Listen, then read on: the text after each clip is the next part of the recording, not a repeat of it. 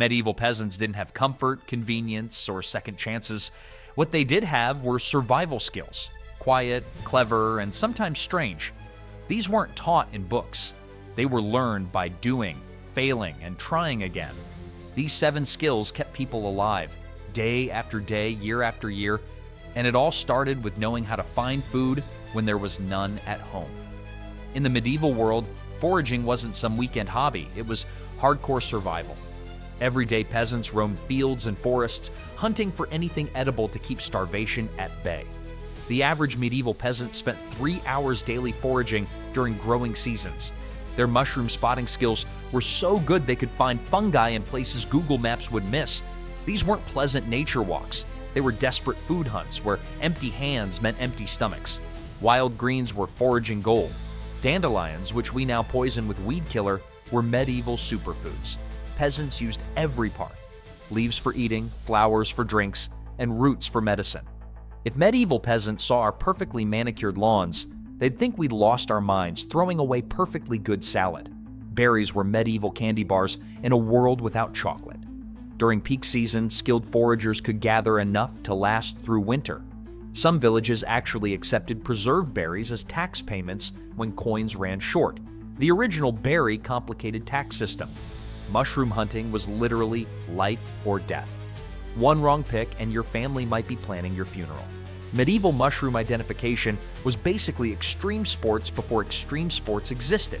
Children learned mushroom types before they learned to read, with Grandma serving as the final quality control inspector, the original Food Safety Administration, just with more wrinkles and fewer clipboards. Acorns seem like squirrel food today, but they saved countless peasant lives during famines. The bitter nuts required days of soaking to become edible. During shortage years, some villages processed hundreds of pounds of acorns, turning squirrel snacks into human survival. The strict laws about foraging locations added extra danger. Most forests belonged to nobles or the church, and trespassing carried harsh penalties. Records from 1267 show a man fined 2 weeks' wages for gathering mushrooms in the Lord's forest. Imagine getting beaten up just for picking some mushrooms. Medieval lords were basically the original "get off my lawn" guys, except with dungeons instead of garden hoses. Peasants developed secret signals to warn each other about approaching guards. Specific bird calls or arranged sticks marked paths as dangerous.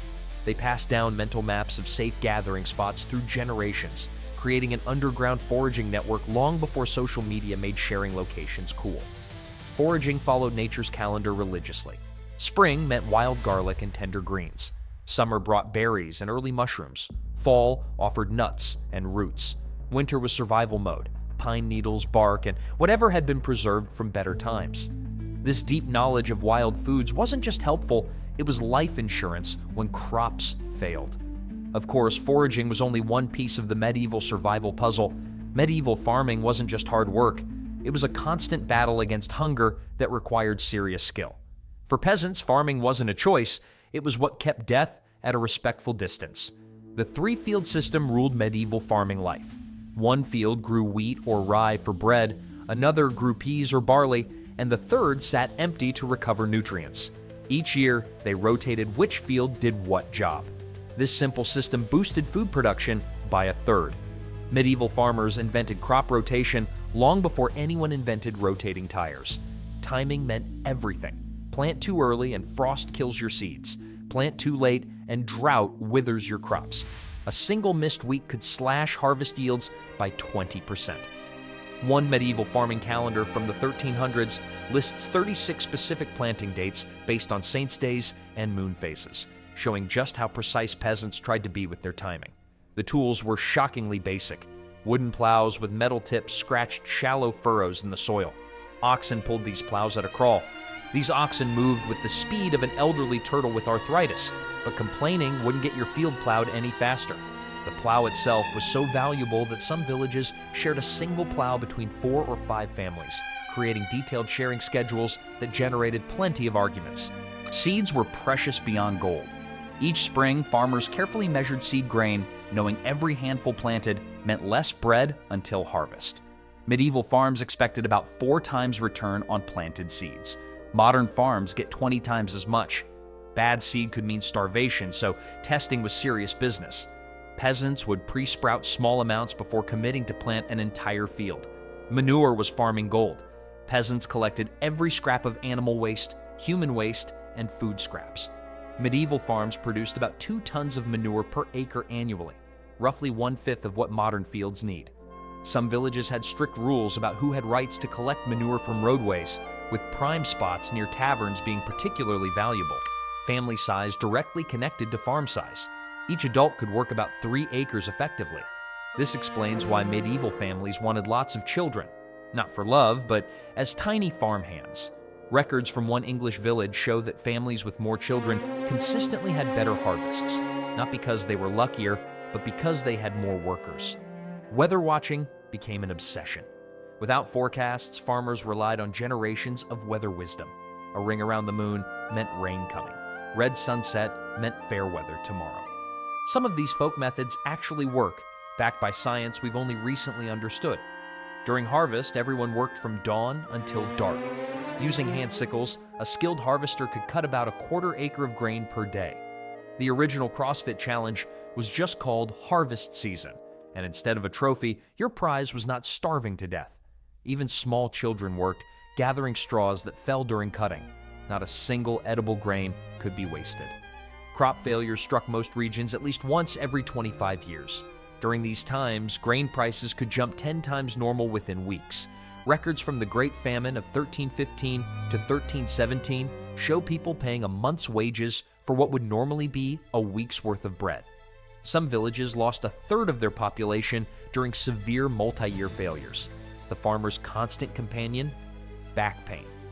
The average height of medieval peasants was about 5 feet 4 inches, partly from malnutrition and partly from spines compressed by decades of bending over fields. Skeletal remains from medieval cemeteries show distinctive wear patterns on vertebrae and joints that forensic experts can identify as farmer's spine. While farming kept peasants fed during harvest seasons, the real challenge came after the crops were in. Growing food was only half the battle for medieval peasants. The other half, making sure that precious food didn't rot before winter ended. Without refrigerators, peasants developed preservation methods that were clever, effective, and sometimes strange. Root cellars formed the cornerstone of medieval food storage. These underground rooms stayed naturally cool year-round. A typical peasant family's root cellar might hold up to 600 pounds of vegetables, enough to provide daily nutrition through the lean months. Pickling became an art form. Medieval peasants pickled everything: cabbage, turnips, eggs, and even meat when they had it. These pickled foods would make your face pucker up like you just told the lord of the manor his new taxes seemed a bit steep. Salt was precious beyond measure. A pound of salt could cost a peasant 3 days' wages, but without it, meat would rot within days. To maximize their salt supplies, medieval households would use the same salt over and over, drying it out between uses. Smoking meat and fish extended their shelf life from days to months. Medieval smoked ham tasted less like breakfast and more like licking a chimney, but at least you wouldn't die from hunger in January. Meat was rare, so when they had it, it got preserved intensely.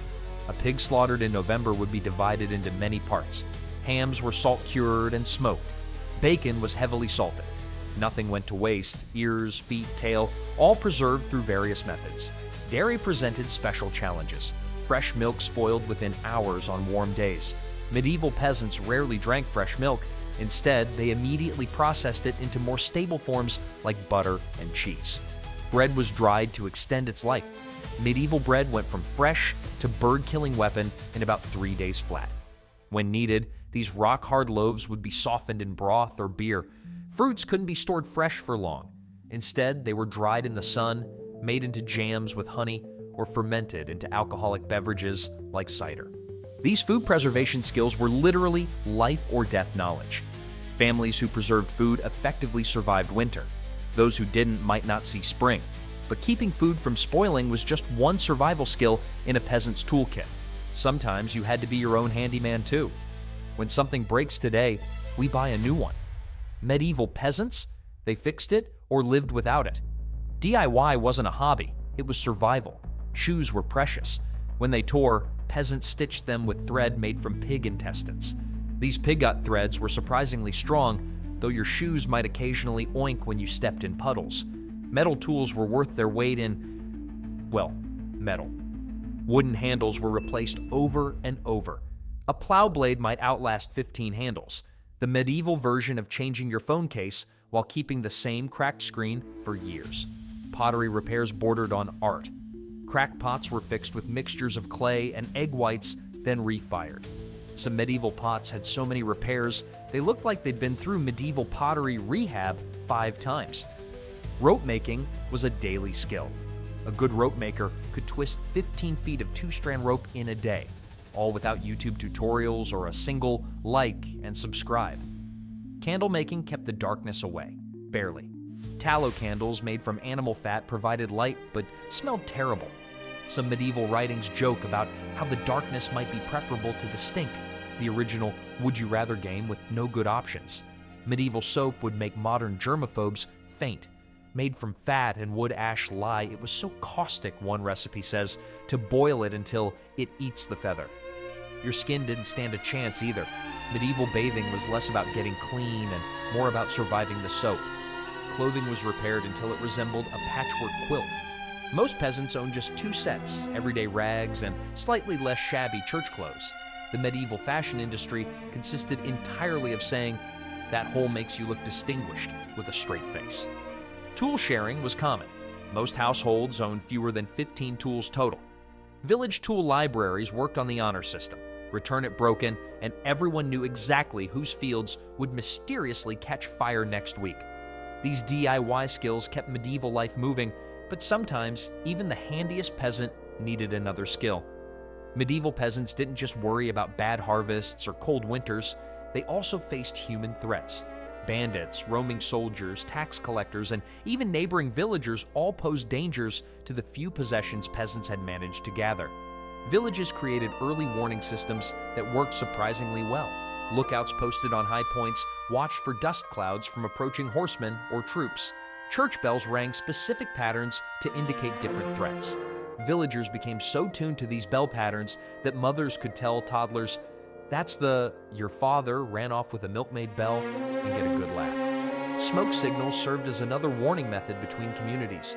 Simple signals, one fire for minor threat, multiple fires for major danger, could be seen for miles.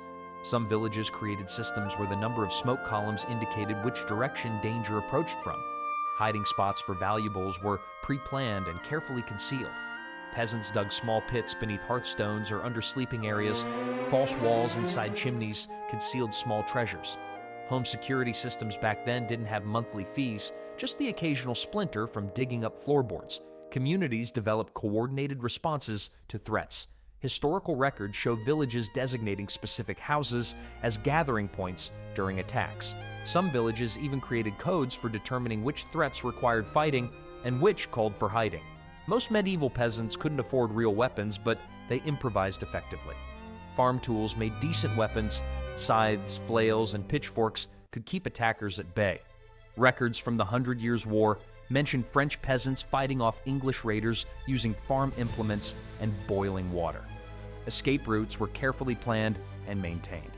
Secret paths through forests or swamps were known only to locals. False trails were created to mislead outsiders. One court record mentions a village sued for failing to maintain their emergency forest path. Hiding food became a specialized skill. During conflicts, villages might have several harvest storage sites instead of one central location. Grain was sometimes buried in sealed clay containers that could keep contents dry for months. Medieval food security meant actual security, not just remembering to lock your refrigerator when teenagers were home. The most valuable survival possessions were often buried during dangerous times. Seed grain, tools, and coins were commonly hidden underground in waterproof containers. Archaeological digs have uncovered hundreds of these crisis hoards across Europe. Having these defensive skills was crucial, but life in medieval times meant facing many other challenges. Villagers needed more than just physical protection to survive. They needed a whole toolkit of surprising solutions to overcome whatever problems came their way. Medieval peasants couldn't just call for an ambulance or pop into the local pharmacy when disaster struck. They relied on a mix of folk remedies, herbal knowledge, and practical solutions that might sound strange today, but often contain surprising medical wisdom. Onion poultices led the charge against infections. When wounds started looking red and angry, medieval healers would chop onions, heat them slightly, and apply them directly to the infected area. Grandma's onion bandages might sound like a prank recipe from a middle school sleepover, but they actually worked. Modern science has confirmed that onions contain natural antibacterial compounds that can fight several types of infection-causing bacteria. Honey wasn't just for sweetening food, it was premium wound care. Records from the 1300s describe honey being applied to cuts, burns, and sores. Hospital accounts from medieval monasteries show honey being stored specifically for wound treatment. What medieval healers didn't know was that honey creates a harsh environment for bacteria while maintaining moisture needed for healing. Modern medicine has rediscovered this treatment, with medical-grade honey now used in hospitals worldwide. Moss gathered from specific locations served as nature's bandage. Clean, dried sphagnum moss could absorb up to 20 times its weight in blood and fluid, making it an excellent dressing for battlefield wounds. During the 100 Years' War, both English and French soldiers carried moss for emergency treatment. Being told, "Go gather moss for the bleeding guy," was probably the only time in history when Rolling Stones actually helped someone. Willow bark tea relieved pain before anyone had heard of aspirin. Medieval healers would have patients chew willow bark or make it into a bitter tea to treat headaches, fevers, and joint pain. The active ingredient, salicylic acid, is closely related to modern aspirin. Records show one monastery garden grew 6 different willow varieties specifically for medicine. Moldy bread might seem like the last thing you'd want on a wound, but medieval healers sometimes applied it to infected cuts. While they didn't understand the science, some bread molds contain penicillin, the same substance used in modern antibiotics. This treatment was hit or miss, since not all molds are helpful, but when the right mold landed on the bread, it could literally save lives. Nettle tea served multiple purposes in the medieval medical cabinet. These stinging plants were carefully harvested, dried, and brewed into a strong tea used for joint pain, digestive troubles, and even childbirth recovery. Modern research has confirmed that nettles contain compounds that reduce inflammation and act as natural antihistamines. Medieval mothers would tell children, "Stop complaining about your stomach ache and drink this tea that feels like drinking fire." And somehow children listened. Garlic earned its reputation as both medicine and vampire repellent. Medieval healers prescribed it for everything from coughs to intestinal parasites. Chewed raw garlic was applied to infected wounds or made into teas for respiratory illness. Modern science has confirmed garlic contains allicin, a powerful antibacterial compound. One medieval record from a monastery hospital listed an annual garlic usage of over 400 bulbs for just 30 patients. For digestive problems, chamomile tea was the go-to remedy. Easy to grow and gentle in action, chamomile calmed upset stomachs and helped with sleep.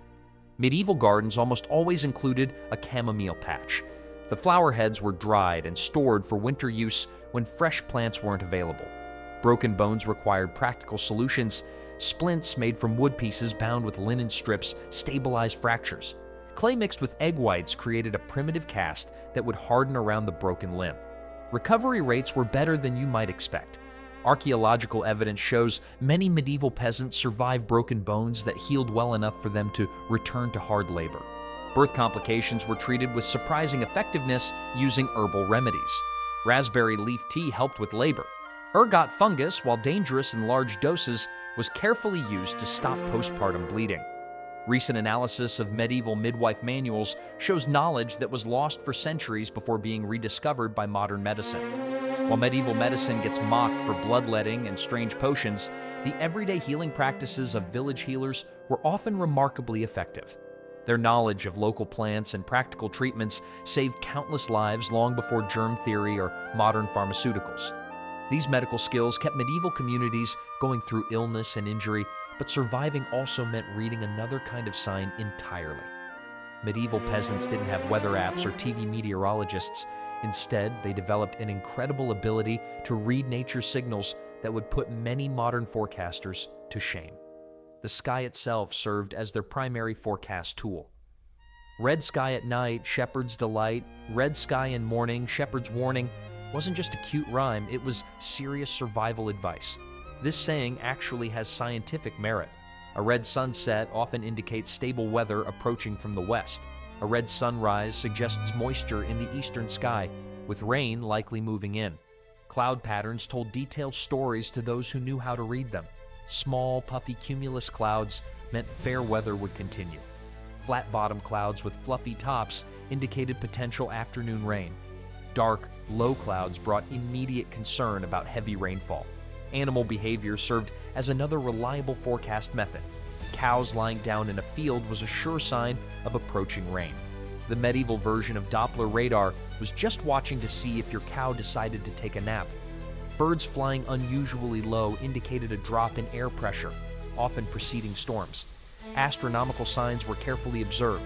A halo or ring around the moon almost always predicted rain or snow within 24 hours. This phenomenon occurs when light refracts through ice crystals in high clouds, a reliable indicator of an approaching weather system. Joint pain became a famous weather predictor for good reason. Changes in barometric pressure that precede storms affect fluid in the joints, causing discomfort. Medieval villagers knew a storm was coming when Grandma started complaining more than usual about her knees. The original human barometer worked without batteries. Smoke behavior provided immediate forecasting guidance. When smoke from chimneys rose straight up, fair weather would continue. When smoke clung to the ground or moved horizontally, it indicated low pressure and likely precipitation. Plant responses gave additional forecast data. Certain flowers, like dandelions, would close their blooms hours before rain arrived. Pine cones would close in high humidity preceding storms and open in dry conditions. Tree leaves sometimes turn upside down when pressure drops and winds shift. The stakes for accurate weather prediction were incredibly high. In many regions, up to 75% of annual rainfall concentrated in just 3 to 4 months of the year. Timing the harvest around these patterns was essential. One sudden storm could destroy a year's work if grain was cut but not yet stored. Weather records kept by some monasteries show astonishing accuracy rates. One collection of prediction logs from the 1300s showed roughly 70% accuracy for next-day forecasts, a rate that would be respectable even today. These monks would have made excellent TV meteorologists, though their robes might have looked strange in front of the green screen. This weather wisdom wasn't just casual knowledge, it was vital information passed down with the same seriousness as any survival skill. Children learned the signs through songs, rhymes, and daily practice. These medieval weather reading abilities weren't just impressive, they were absolutely necessary for survival in a world where being caught unprepared could mean disaster.